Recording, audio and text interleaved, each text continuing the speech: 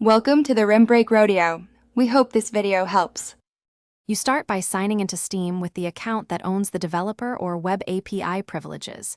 This ensures you can view and change the key. Once signed in, make sure Steam Guard or two-factor is available because Steam will challenge you for verification. If you already have an API key, note or copy it for backup. This avoids breaking integrations.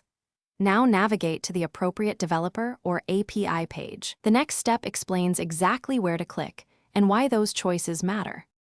You then reach the API management area. Click the account name, choose View Profile, then Developer or Web API key link. Once on that page, you will see an existing key or an option to create one. Create if none exists. If rotating keys, revoke the old key first to force regeneration and prevent overlap. Make sure you update any services that use the key immediately, otherwise they will fail. Keep notes on which apps are tied to the key to reduce downtime. You finish by copying the new API key and pasting it into every app, script, or server that used the old one. Do this promptly so services resume.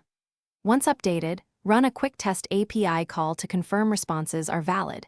If you see errors, check for cached credentials or delayed propagation. If something goes wrong, verify Steam Guard is active, ensure the account has proper developer permissions, and clear caches or restart services. This usually resolves most issues. Thanks for watching. Consider subscribing if we helped you.